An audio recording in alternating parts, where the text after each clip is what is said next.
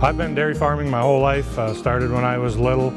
Always have loved cows, and we started, Lisa and I bought this farm in '95 from my parents. We milked in a stanchion barn before, and now we've grown from probably an 80 cow herd up to our current 600 cows that we milk now. We also have all our young stock that we take care of, and we do all of our own cropping of chopping and planting and all harvesting, and even do some custom work also. We currently farm about 1,500 acres. It's all within probably a 6-mile radius. So Red Rock View Farms employs about 10 people. That's not including myself or my wife Lisa. Like I said, we have 6 Hispanics that do a majority of the milking. 2 of our sons that do a lot of the work with the cow, 1 with the cows, 1 more with the heifers and machinery, and then Carson does a lot of the works part-time here, as he has an off-farm job a little bit too, but helps with as we're doing crops with chopping and planting. Besides our kids who are here, we do have great employees that have helped us get where we are. Bob Hermanson's been with us, he's our feeder, been with us, and we've had other employees in the past, but we would not be where we are with not only our family members, but our employees who we feel are part of our family.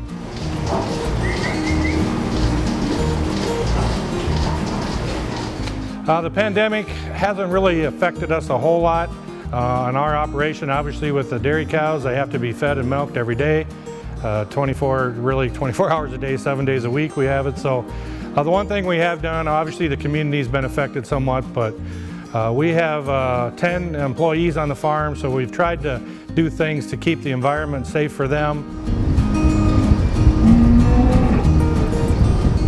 The biggest challenge, I think, right now in dairy farming is just the fluctuation in pricing. Right now it's been really a roller coaster of up and down, but the last few years prices have really been declined in the dairy industry.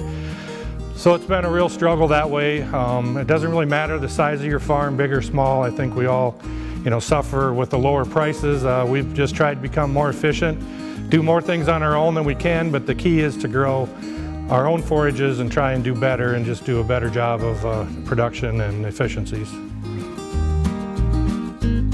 For us being on the farm, it's a great place to raise our family. I think that was key for me, for us.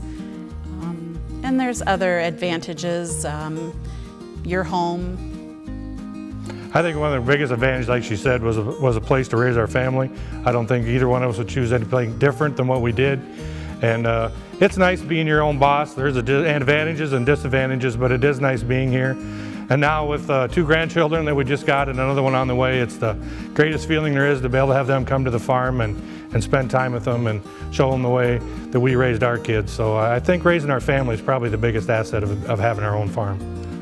So the future of Red Rock View Farms, obviously, we've kind of grown the way we have. Like I said, we started with 80 cows, we're up to 600, but we've done that so our kids could come to the farm, and fortunate for us, they have. I mean, they did try some other things coming out of college, which we asked them to do, but they come back to the farm, so hopefully they can eventually take over and we can retire, play with our grandkids.